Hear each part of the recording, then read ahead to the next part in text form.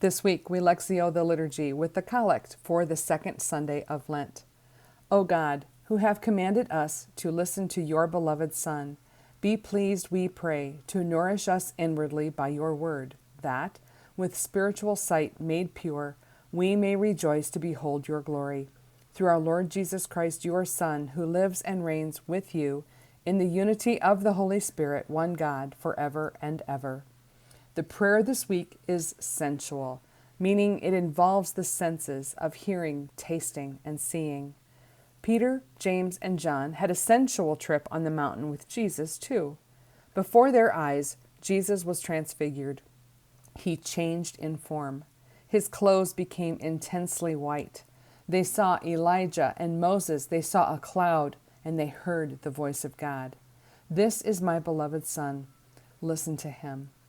Used here, listen doesn't mean just to hear. It means to heed, to obey, and to understand. It's also not just a good idea or a suggestion. God commanded it.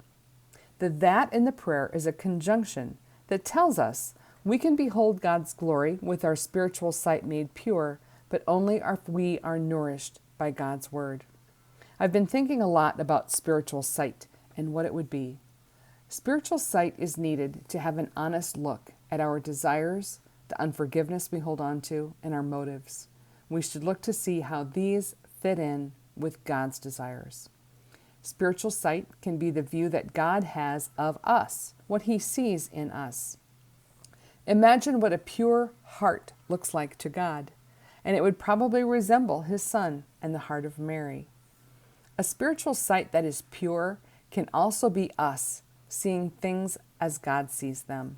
If we could ask God every day to see what he sees, we would see God in every person we meet.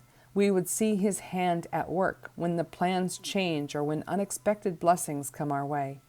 We would see God as we watch nature unfold with spring.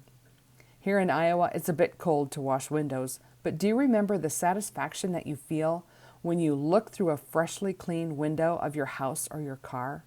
There is no dirt or spots, and hopefully no streaks. Nothing hinders your view.